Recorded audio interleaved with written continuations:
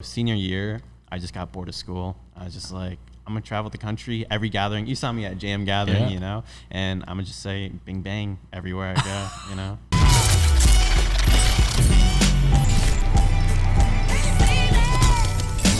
What's up, guys? Today's guest is a professional tricker and the leader of the Bing Bang Boys. Please welcome to the JAMCast, Mr. Samuel Lincoln.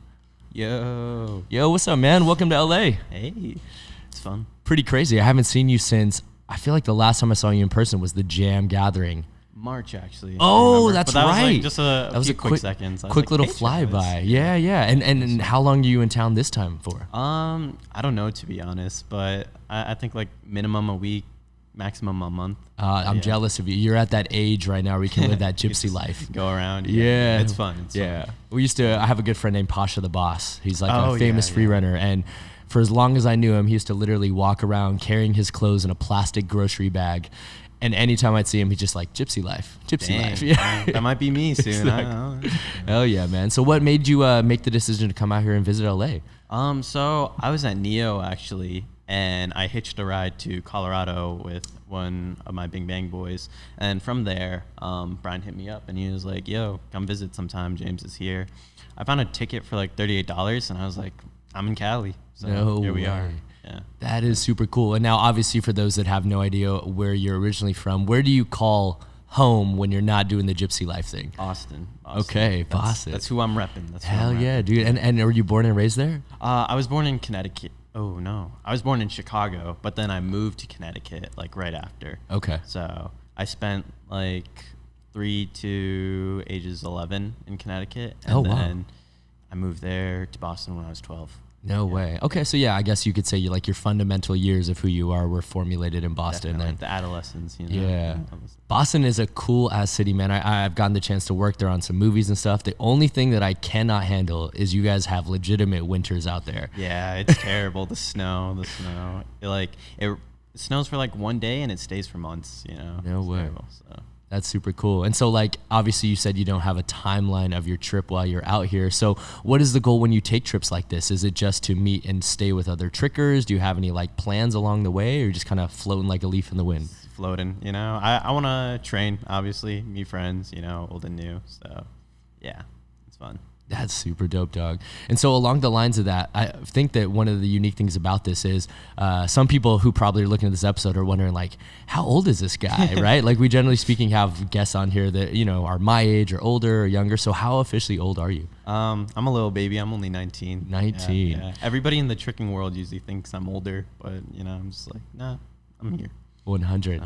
It's a good age, though. I feel like one of the guests I just had on, whose episode will come out a few weeks before yours, is Tiki Wu. And I feel like he's around the same age as you as well. So it's a good age to be in the sport. I feel like the peak trickers in our sport now are almost like 16 to 25, if that makes sense. Yeah. It's crazy because like all like my OGs that I talked to, they only started when they're like my age, honestly. And, but now we started young. So. Yeah, and now you have kids like Shosei who started like before they even hit puberty, and so by the time they're a 16-year-old, they're just slaying the world, you know. Yeah. The young god, 9 years old, hit triple, you know. Marcus Santos. I hit a dub like 2 months ago, you know, like come on.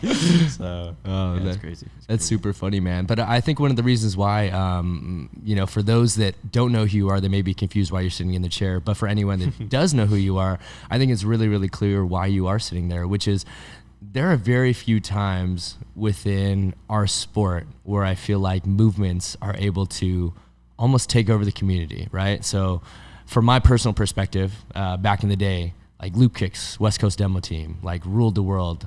I'm sure Brian, who's sitting in the background, can agree.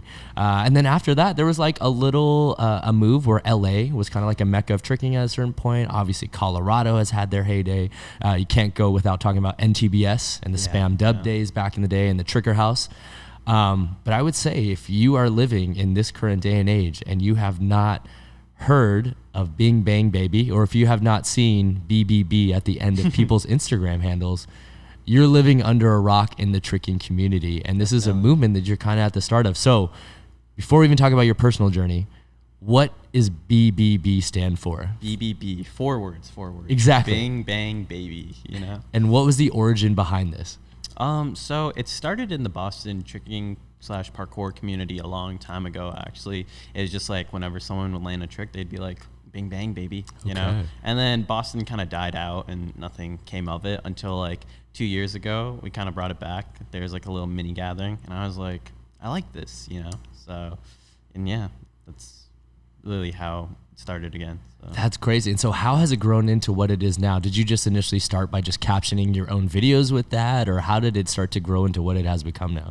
Well, I'd say, so the mini gathering is when like my friend who like started, I guess like the base of it, you know, I got really inspired because I never had like a tricking community. It was just me. I just sessioned by myself in a church, you know, I didn't have other friends to train with. So to be a part of that, I was like, this is a magical feeling, you know, I wanted to spread this around. So senior year, I just got bored of school. I was just like, I'm gonna travel the country, every gathering. You saw me at JAM gathering, you know, and I'm gonna just say bing bang everywhere I go, you know. And it was fun because, I don't know, when I started it, I told myself two things. I was like, one, everybody's gonna say it. And, you know, here we are now. Two, I wanted to create something that anybody could be a part of, and they would have like pride to be a part of that. And that's where like the BBB started. 100%. So. And so I got to ask, obviously, Bing Bang Baby is the catchphrase or the slogan or the motto, as we like to say. But obviously, there's like an account that you guys run, which is the Bing Bang Boys. Yeah. Now, was that a collection of you guys that was formulated just kind of the original guys that were repping that term? It's like just the Boston movement community, honestly. Yeah, we would just want to showcase everybody there. So try to get people connected back at home. Crazy. Yeah. Okay, and now you mentioned that it kind of was something that was a part of the tricking and the parkour community. Is that something that you guys were more, I guess, combined out there as comparative to like other cities that you go to, or? I guess back in the day, yeah, because it started before I even started tricking. Like, it was a gym called Nessa, and you know, people like Z, Solo Flow, YOLO Flow, Sean Batista, all these athletes, Team Dodo, and all the trickers, they're like training at the same gym together. Yes. So, yeah. 100%. Yeah, I was all about Team Dodo back in the days. And then I obviously know Dylan, who owns the hub. Yeah. So, yeah, I know of the parkour and free running roots that do exist out there in Boston. Yeah. So as far as like your own personal journey is concerned, before we jump back into BBB and everything, when did you officially start martial arts? When I was 5 years old. Okay. Yeah. And how did you get introduced to martial arts and what style? So I got introduced. My mom would always be at work, so my dad would take care of me all the time. And he'd just like sit me in front of the TV and watch kung fu movies with me. Okay. I was like, I want to be like this one day, you know? Kung fu or karate. It was Rush Hour 3 that I saw. Oh, and I was no like, way. This is magical. So I was like, Dad, can you put me in kung fu or karate? And he was like, okay. And I was like, nice. And then he took me to a Taekwondo studio, and I was pissed at him. I was like, what is this? What is Taekwondo? I never heard of this, you know? But after that day, I fell in love with it. So no way. So you started Taekwondo, and how old were you officially when you started classes? 5. 5 years old. Yeah. Holy crap, that is crazy, man. And so how long did it take before you fell in love with it, or was it something you were forced to do at a young age? Day one, I liked it. Okay. You know, they did that like marketing gimmick where like you break the board, you know, and I was just like, I have so much power, you know. They get you bought into the system right away. They got me in it. So, no way. That's super cool. And now along the lines of that, how long did you continue to take that training, and what belt did you get up to? So I still do it. Well, I guess I'm a 4th dan in Cookie One. So yeah, I guess technically I'm a master now. Okay. But yeah. And how long did it take into your martial arts journey before you actually started tricking and utilizing these kicks that you had a background in? Let's see. I want to say maybe like 10 years probably. Wow. 10 to 11 years. Yeah, because it was like really traditional. I wasn't part of like the NASCA or ATA circuits. All that is just like sparring and Pumse. No way. Okay. And so how did you first see tricking, or what was your initial exposure to it? Red Bull Kick It. Oh, yeah, no. Yeah. Do you remember which one it was? 2014. 2014. I remember seeing In Gun do a cheat 10 on a board. And I was like, I'm going to do that. Not tomorrow, but one day. Okay. And also, I saw another video, Go Brothers, when Jacob Pinto hit the Shuriken box cutter. I felt something in my heart. I was just like, this is what I want to do. That's so funny. I literally was going to ask you that, because there is a post on your Instagram where you say that you were inspired by In-Gun's kick and Jacob's Shuriken box. Yeah. Okay, that makes a lot of sense. And so how did you delve into tricking at that point? coming from such a traditional background? So I actually didn't trick for a while. Since I saw that video, I only started like 2 years later, but I skipped school one day, which, you know, is like every day, honestly. But my dad kind of got fed up with it, and he was like, son, if you skip school, at least be productive. And I was just like, all right, I'm gonna do something, Dad. And I just started to like, I put a ton of mattresses in my living room. No and I way. just started to throw myself back over and over. Of course. 6 hours, and then after 6 hours, I did a backflip, and I was like, I like this. Yeah. You know? And I could already 540. Of course, basic kicks, tornado kicks and stuff, I'm sure. So I had tornado, hook, 540, and after that day I had a backflip. So I was like, I'm ready. I'm ready to do this. Okay. So yeah. And so did you first start by just training at your own dojo you already had, or did you find yourself going to open gyms quickly? I didn't go to open gyms for like 2 years since I started like tricking. Okay. So yeah, I just mess around in the dojo, and since I didn't have like a lot of dojo time, I just go to my dad's church and I just pump out kicks there over and over again. No way. And so is it safe to say that the majority of your initial training was all solo based? Yeah, definitely. Okay. And how long was it before you started to slowly integrate, I guess, into the local Boston scene? 2 years. Okay. Yeah. It's funny because I didn't know there was a Boston scene. You know, we have like James West living like 20 minutes away from me, one of the best in the world. Totally. And I was just like, I'm so alone. You know what I mean? So it's funny. It's funny. That is crazy. And so how did you stumble upon those open gyms and stuff to finally meet the community? I just look up like tricking lessons near me or parkour and free running. There's a gym. I don't know if you know it, but it's called Gymja.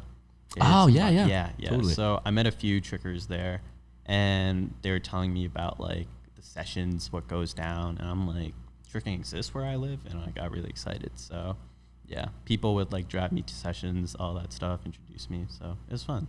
Crazy. And so like along the lines when you're doing this, 2 questions. Were your parents supportive of it? Because obviously, like you kind of alluded to, you started skipping class and all this stuff. Yeah. And then secondly, was your traditional martial arts school acceptive of it? Because I know sometimes that can be kind of like a clash of 2 styles, you know? So initially, my parents, they were not supportive at all. They're like, school, you know, if you don't do your homework, you can't train. Even with martial arts, it was like, they were supportive, but the priority was school, you know, the path they wanted me to go on. Yeah. But as soon as I started to get like better and better, especially in Taekwondo, they're like, yo, this boy's onto something. And then I hit that Shuriken box cutter, and they're like, ooh, he might got something. He has something going for him. So yeah, now they're really supportive. My master, though, that was a different story. That was what I was curious about. He wasn't a fan at all. And the more I got injured, he's like, no, like tradition. And it eventually led to me getting kicked out from my martial arts school a bit. But we came to terms, and he was just like, yo, like, this is the future of our sport. Everybody loves it. So now we're chilling. But yeah, I had to stop Taekwondo for a little bit. No way. Yeah. That's crazy. So you almost like got ran out of your own school. Yeah. I mean, that's the reason why I started to go into tricking heavy, because I was still a martial arts main. I was just like doing that little stuff for the demos and things, you know. I wasn't really actively pursuing tricks like that. But since I didn't have Taekwondo, I was just like, tricking's all I got. So that's what I'm going to do. 100%. Okay. And so obviously for anyone that watches your style, it's very clear that you have like a background in kicking. And if not, it's very clear that your style has become kicking based. Yeah. I saw a quote though on one of your things that said that it was like a long quote. So I'm not going to say it and try to butcher it word for word. But basically at the bottom of it, it basically alluded to saying that it wasn't all hard work. It was basically you got bored of falling on your head every time you went upside down. Yeah. And that's why you're so good at kicking. That's it. Like, I'm telling you, like, flips, it was just, like, unnatural for me. Like, I could see kids on YouTube, like, progression vids. They just, like, huck a B-twist and land it. Like, I only landed B-twist this winter. No You know way. what I mean? I couldn't do it before. Brian was actually lecturing me about it. He's like, you got to learn a B-twist. And I was like, I'm going to do it. James, he's the reason why. Like, all my flips, it's probably because of him. Okay. But, yeah, I could never... It just never clicked for me. And just to put that in perspective that you just did B-twist this last winter, how long have you been tricking right now? Like 3.5 to 4 years. Wow.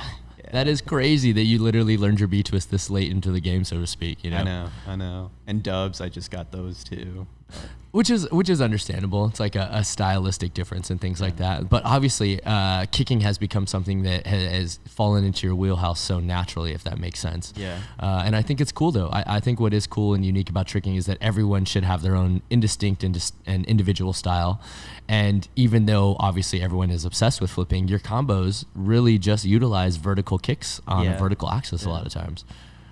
So I'd say you are revolutionary in a few ways, not only with BBB, but also with the kicking. So. You're too kind.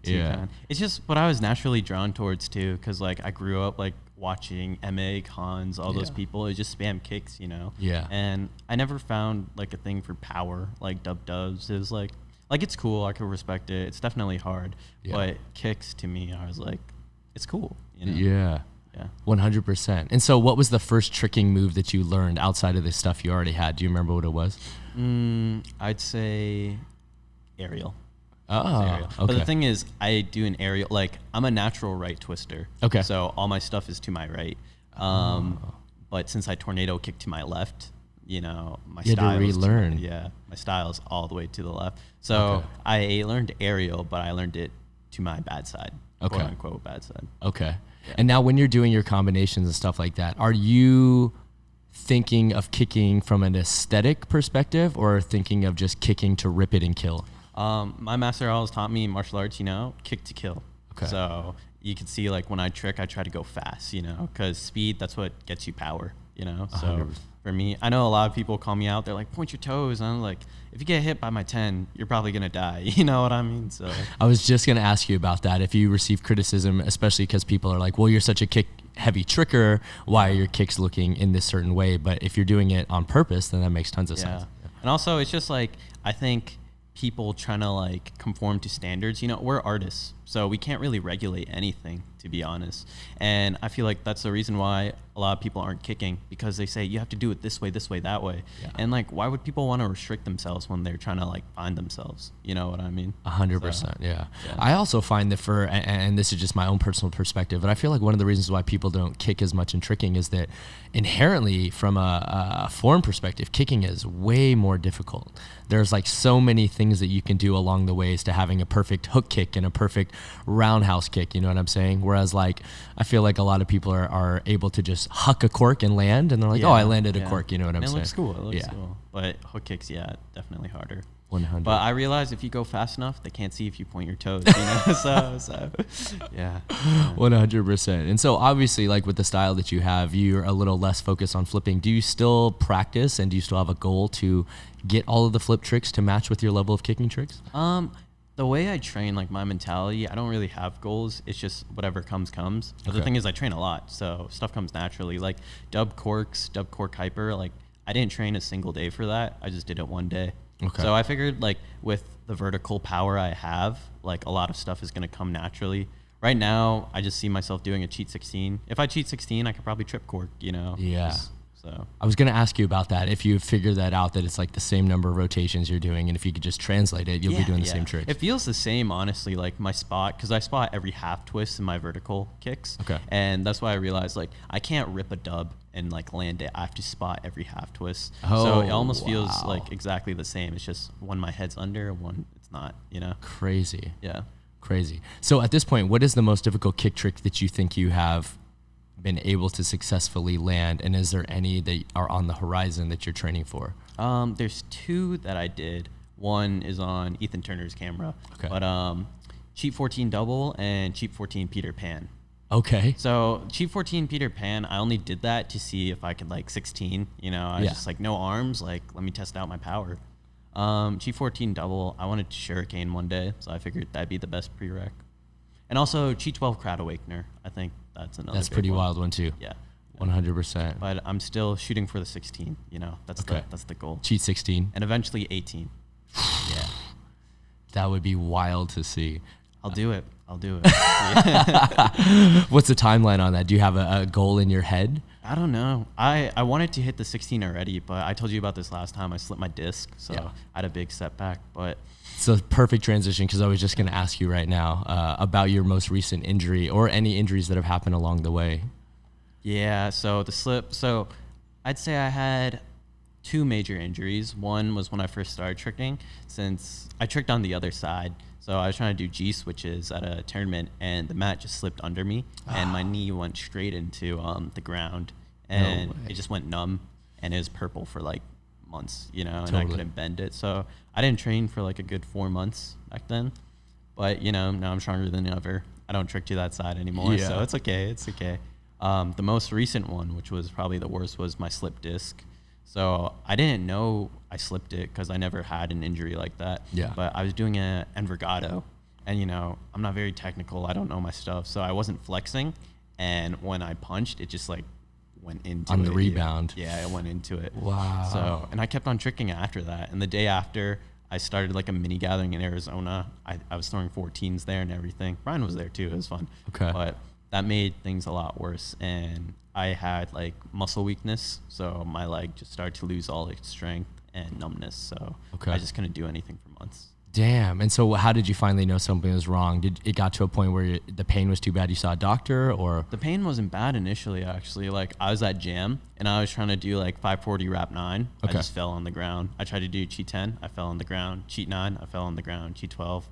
I ate the ground. You know what I mean? Yeah. So it was like something was wrong. That's what I could tell. Okay. And then I started to experience numbness. And I called my mom. She's a doctor. She was like, boy, you got to get back home. And I was just like, I'm going home, Mom.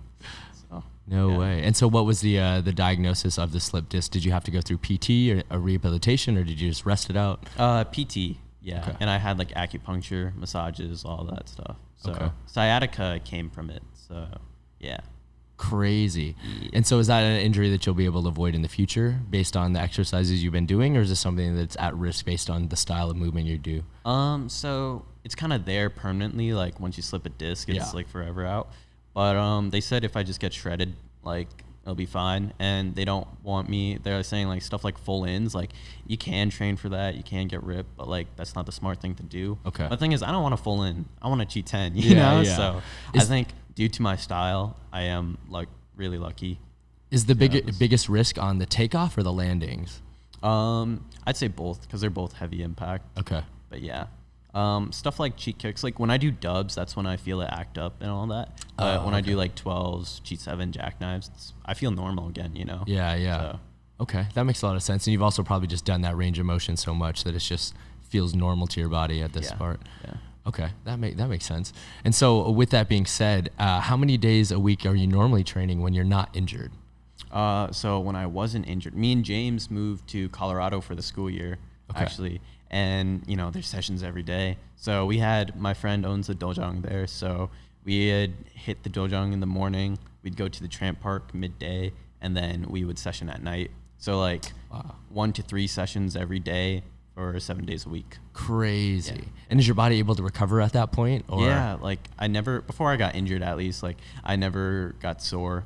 I was just like pumping out. I was getting stronger and stronger. Okay. So, yeah, it was fun. That is crazy, dog. That is crazy. And so like with that being said, you mentioned that you moved back there for school. What are you currently focused on right now? Are you in school? Are you working? Or are you just traveling right now? So yeah, I kind of dropped out, I guess. I was going to go to school for Christian ministry. Okay. But then I was like, no, I want to train. So yeah, I'm just messing around for the rest of the school year. Okay. And what did your parents think of that, especially coming from a family with a doctor as a mom? They wanted me to do it, actually. Really? Yeah, they really switched up as soon as I started. Like, they saw what Bing Bang was doing for me, you know? Like, I finally started to talk to people, get out the house. So they're like, you got to chase this. And I was just like, that's thanks. super cool, man. Yeah, that's something that doesn't happen with everyone's families, you know. I'm really fortunate to have them. So yeah, that is crazy. And so with that being said, are you just, when you're out here traveling and things like that, are you still teaching classes for income on the side, or are you just focused on training right now? I just focused on training. Okay. But yeah, when I go home, I do work back at my dojang. So yeah, it's fun. Okay, sounds good. And of all the places that you've had the chance to travel since you've been living this gypsy life, where's your favorite place to go train with? I don't know. It's really a debate between Colorado and here. Because like growing up, like I said, I watched Emig, Three Amigos, you know, all these people like jam, like this right here. This was like where I wanted to be since day one, you know. I was like, I'm going to be here one day. You know, I'm going to train. But Colorado at the same time, I moved there and I was just like, these are my family now, you know. So definitely those two places are my favorite. I can't pick between Okay. the two. You've had a couple of trips out to Colorado, like in my own memory, like a few different times you've gone there, gone back, gone there, and gone back. What is it about the scene out there that is so cool for everyone that hasn't had the chance to go there themselves? It's just like raw tricking, you know. If you're in that stage where I feel like every tricker goes through that stage where it's like tricking's everything, you know, like this is so hype. What is like the happy years, and Colorado is just all that, you know. It's all that energy. Everybody's always tricking. So I think just to be surrounded by motivated people with like the same goals as you, it's like you won't find it anywhere else, you know. Totally. So, Oh, that makes a lot of sense, man. And so obviously with someone that has such a unique style on your own, who do you watch for inspiration, or do you watch anyone in the current days? well, in the beginning, I'd watch people like In Gun, Donovan Sheehan, Daniel Graham, Cheat Kick Sampler, all that stuff, you know.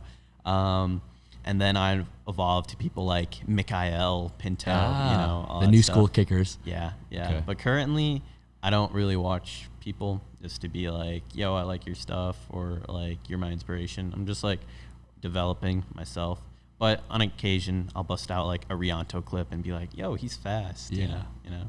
I want to get back to that stage where I'm like exploring again, you know, and Yeah. see like enjoyment through like learning, but also drilling. That's what I like to do. So, Okay. yeah. Okay. And so going back to what you've created with BBB, I would say one of the things that is cool is like, you know, when you moved out to Colorado on one of your last trips, it seemed like the entire Colorado community changed their Instagram handles to match, you know, BBB. Is it kind of just like an unspoken thing where just people just start doing it on their own and you're like, holy crap? Or See, like, the thing is, initially I was just like, yo, you should do it. Like my goal was to seek out like the newbies, you know, the kids new to it, you know, and I was just like, I wanted to provide them community, be like, yo, I'm your hype man, I'm here for you. So they would do it, but then eventually like the big boys would do it too. Like Ashley Cash Money was a BBB. I was like, thank you, Ashley. I appreciate that. Yes. Andrew Court. So that touched my heart. I thought it was really cool. But now like it evolved to a point where people don't even know who I am, and they add BBB to their name, you know? I go on like my spam account sometimes and I DM them. I'm like, hey, what is this .bbb? What does it mean? And it's like, oh, it's just like trend/community in the tricking community. This is that. And I'm like, huh, can I be a part of it? And they're like, yeah, sure. Anyone's welcome. And That's I'm like, cool. I like this. Thank you. that is crazy to think about. And I've even seen people go as far as I've seen multiple tattoos. Yeah, dude, it's crazy. I told them, so I made a promise after like the fourth one. I was just like, all right, guys, wherever you guys get it, that's where I'll get it. I feel bad, you know? So do you have one? I have multiple, bro. Oh, okay. Yeah. No way. And where are yours at? One's on my butt. Oh. And one's on my back. Okay. But I have to get like 5 or 6 more to match it all up. No But, way. And so who drew that initial B that everyone's been getting? his name's Derek Hammer. He's Okay. from Boston, movement athlete there. Sick. So yeah. Crazy, man. I want the B to be like an icon in tricking, like the Invincible tricking logo. Yeah, When yeah. someone sees it, they're like, that's tricking. I want them to see the B and be like, that's community, you know? That's what I was going to ask you about. I was going to say one of the last times that I feel like people started putting stuff on their body was the Invincible logo. Yeah. Almost like back in the days in parkour, people were putting this Urban Free Flow logo on their bodies and stuff like that. So pretty surreal to see. Is this something that you'll go into as far as merchandise is concerned, or do you like the way it's just going right now? It's just like, it's mainly organic. We don't have goals. Like we did one merch drop. We sold a few stuff. Like it was cool. We're planning some more, but we're not trying to be like a merch brand. We're not trying to be like strictly a team. It's just like what you make of it, you know? Okay. Yeah. That is cool, man. It's so unique because it's something that we don't really see in our sport, or many sports for that reason, which is like an open-ended movement, I guess. Definitely. You know, it's not and a team. it's crazy because like I didn't plan any of this, you know. I don't even know what it means, you know what I mean? Yeah. So it was nice. So I got to ask, where did the catchphrase 4 words come from? It was at Trick Hungry 3. Okay. I was chilling with like all like the big boys in tricking as a nighttime sesh. Andrew Court was slaying it. He was about to hit a full in, you know, he's getting ready. And I was like, Andrew, look at me, 4 words. And he's like, what? I was like, bing, bang, baby. And everybody laughed at me. And I was just like, and then Andrew hit the full in and he's like, bing, bang, baby. And I was like, that's cool. I'm gonna keep this. But yeah. Crazy, And man. they're always like, no, it's 3. it's 3. I'm like, count again. And then I have my people backing up, and they're like, it's 4, bro, it's 4. And so that's how it started. Yeah. Crazy, man. It's so crazy to think about. And now, do you have any specific goals for Bing Bang in general, or? I just want to continue providing like a spot for newbies, you know, just providing community, because like that's something I didn't have throughout like my life, like the beginning support or friends. I was just like a loner, just tricking. So I was like, if I could give people what I didn't have, that would be the goal. And to do that on a large scale, you know, that's what I want to do. Like, so I want Bing Bang to be known everywhere. I want Party at the Bottom. That's my goal for it. Nice. You know? And so what was it about tricking that really helped get you out of your shell and kind of like bring you, I guess, you know, like you said, your parents were super happy that you were out interacting with other people and leaving the house and stuff like that? What has been the appeal of tricking? I really don't know. It was like the first thing I was good at, honestly, because in school, like I was just dumb, you know, I couldn't like comprehend anything. Like social events, I was just really quiet and stuff. But then I'd go on the floor. People had session. Once I started session with other people, they're like, yo, this boy fast, you know. They'd ask me for help. I'd be like shy. I was like, maybe you could do it, you know. But the more people like hyped me up and gave me that confidence and love, I think it was just the overall support people gave from me. And once my parents hopped on it too, I was just like, I like this, you know. Hell yeah. Yeah. Hell yeah. And so with your own personal style, do you personally would you like to see more kicking involved in tricking, or what's your current opinion on the state of tricking? I think people should just do whatever they want, honestly. But I think a reason why people do like kicking, it's just the culture of it. They're like, I don't kick, because so many people come to me and they're like, my kicks are so ugly, that's why I don't do it, you know? And I was just like, they're not ugly. It's just people are telling you they're ugly. Yeah. That's why you're not doing it, you know? So I could tell they want to kick because they try it, you know? So I would say I want people to kick just to explore, really, and find what they truly like. But like to like bring this martial culture, whatever this is and that, I'm kind of impartial. I'm just like, okay. Yeah. And so what advice would you give to someone who's just starting off, or A, just starting off, or B, they think their kicks are ugly? What advice would you have for them in order to help them along their own personal journey? So if they're just starting off, like everybody asks me, like, how do you get such a unique style? I think you just got to do what you want, you know? Everybody's told to do this, that.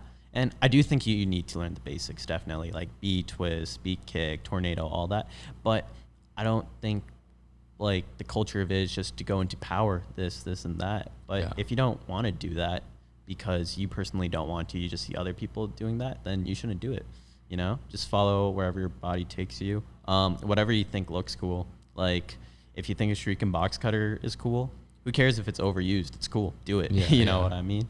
And what was the second question again? I just wanted to know, like, if someone thought that their kicks were already ugly, what advice would you have to clean it up, or how can they better themselves? The thing is, your kicks probably are ugly, but you know, that's the process. No one does a cheat 7 when they first learn it. It's not going to be good. Totally. You got to do it over and over and over again. And that's the process of it. But they should know that it's not going to always be ugly. You know, one day it's going to be good. In fact, tomorrow, if you do 100 that day, it's going to look even better. You know, it's the progress. Okay. And do you think that people need to have a martial arts background in order to kick the way that you're kicking, or can they just work on basics on their own? I think everybody has a unique style, you know? So no, I don't think they have to have a martial arts background. I don't think it'll look martial arty, but that's not a problem. You know what I mean? It's just a different aesthetic. 100%. And so this is a question I ask just people of your age, just because I feel like I'm so much older and from like a different generation, and everything that I used to think like wasn't possible is now being done as like these standard video game combos. So it's something I've asked Tiki, and so I'm curious just to ask you as well. Where do you see the sport going? Like, what do you think there are limits that we're going to reach, or do you think that we'll see almost like this like reemergence of like basics and style, if that makes sense? Like, you know, for what I mean by that is, do you think that we'll hit a point where we aren't able to hit more spins and twists and inherently we'll have to go backwards? I do not think so. Cause if like, I mean, people thought snatch cannon was the limit, but Chosei just did like double full D-leg, you know, there's always something new. But even if we do hit a limit on like the flip power, there's still going to be like the kick, the vertical axis power that's completely undiscovered. So like I said, cheat 18. That's a power move. Yeah. What if someone does tactful in, back out? All like hurricane 4 instead of 3. So Yeah, I Zen's think, close already. Yeah, Yeah. it is. So I really think if that does happen, we'll just go to the vert axis and push it. Do you think which I'd be a fan of? Do you think there's a maximum vert rotation that we can hit? I think 19 is the limit Okay. in my lifetime. That was my question. Yeah, because I've heard people like Nick Vale and them talk about how maybe 6 fulls is the limit just based off physics. So 19 is pretty close. 19. Yeah. But if someone hits, I don't know what's after that, 20 or 21. If someone hits that, Yeah. I would be surprised. This is tricking.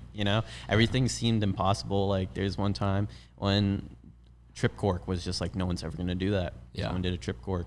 Right now, like even a few months ago, we were saying like cheat 16 is impossible. Someone did it. Yeah. So I wouldn't be surprised if someone hit 20 or 21. Crazy. Yeah. Yeah, super interested to see what happens. Do you ever think that tricking will get on the same stage as Taekwondo and be in the Olympics?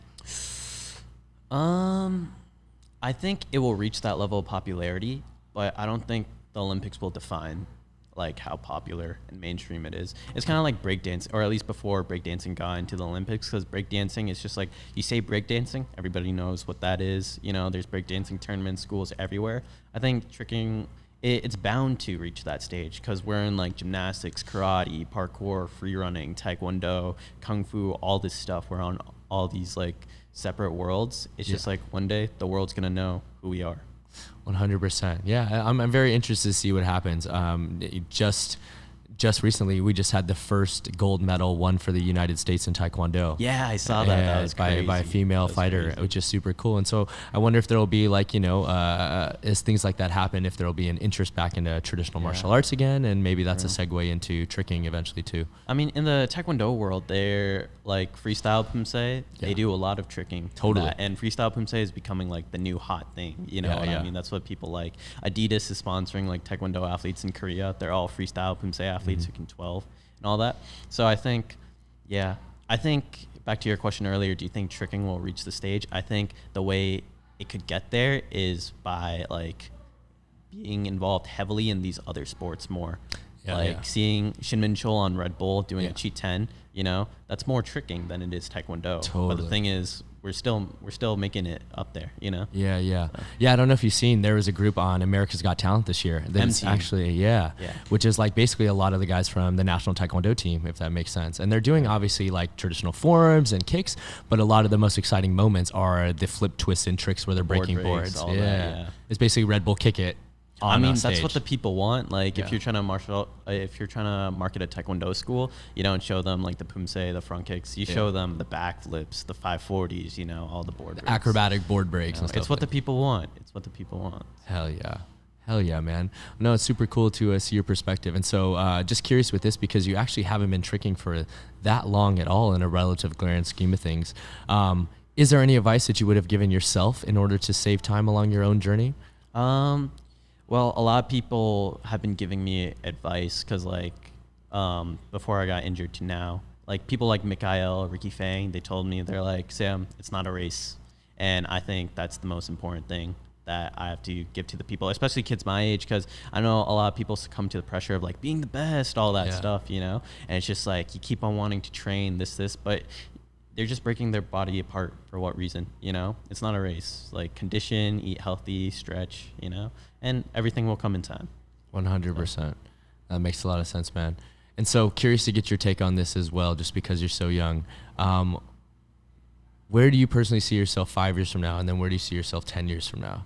5 years, I want to have every single kick there is, that vertical axis, wraps, swings, I want to change everything. I want to explore everything in the kick axis.